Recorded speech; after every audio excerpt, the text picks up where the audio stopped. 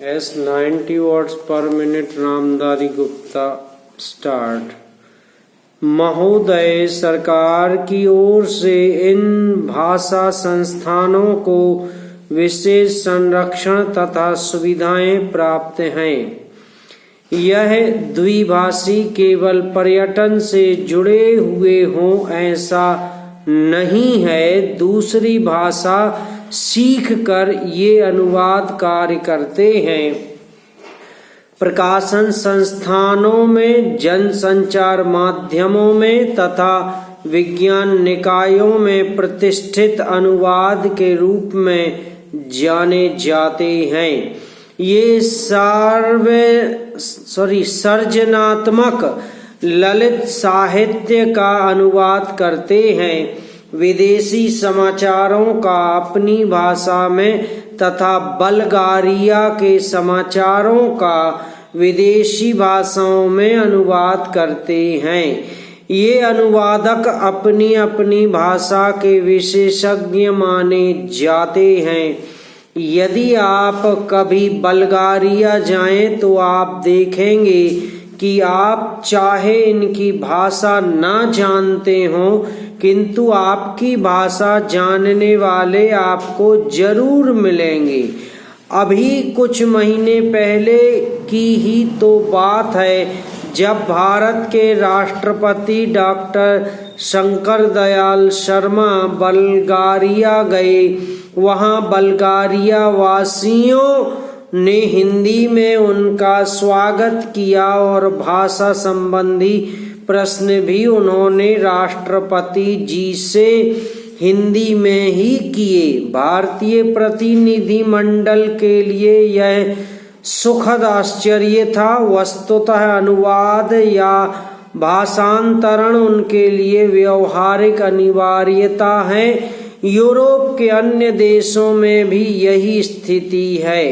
जहां विश्व में प्रकाशित किसी भी भाषा का महत्वपूर्ण शोध निबंध या कोई विदेशी चर्चित साहित्य कृति उस देश की भाषा में तत्काल अनुदित हो जाती है। पैरा इतिहास साक्षी है कि ईसाई धर्म के प्रचार में अनुवाद की भूमिका कितनी महत्वपूर्ण रही है।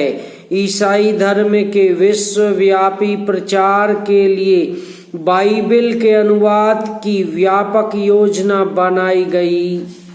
अनुवाद ने ही बाइबल को भारत के गांव-गांव यहाँ तक कि आदिवासी क्षेत्रों तक पहुँचा दिया।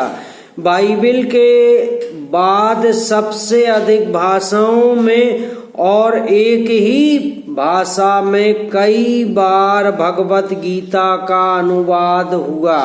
भारतीय दर्शन और प्रतिभा को समझने की लालसा ने विदेशियों को प्रेरित किया कि वे गीता का अनुवाद अपनी भाषा में करें।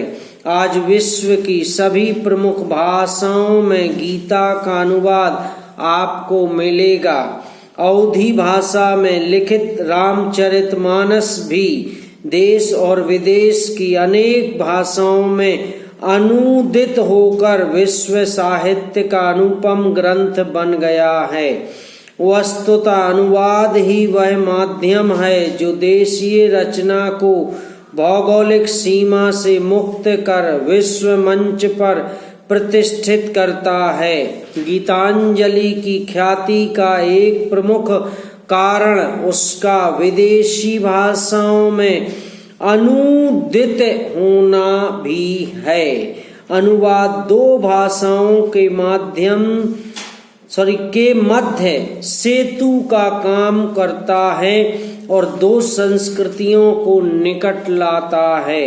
अनुवाद की नींव है दो भाषाओं का ज्ञान और उन भाषाओं का व्याकरण और शैली की दृष्टि से ऐसा पूर्ण अधिकार कि अनुवादक एक भाषा भाव व विचार राशि को दूसरी भाषा में पूर्णतः इस प्रकार रूपांतरित करे कि पाठक मूल रचना की संवेदना से भी परिचित हो सके।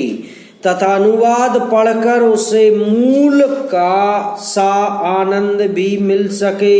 यही लक्ष्य अनुवाद के लिए समस्या उत्पन्न करता है और इसी में उसके कौशल की पहचान भी होती है।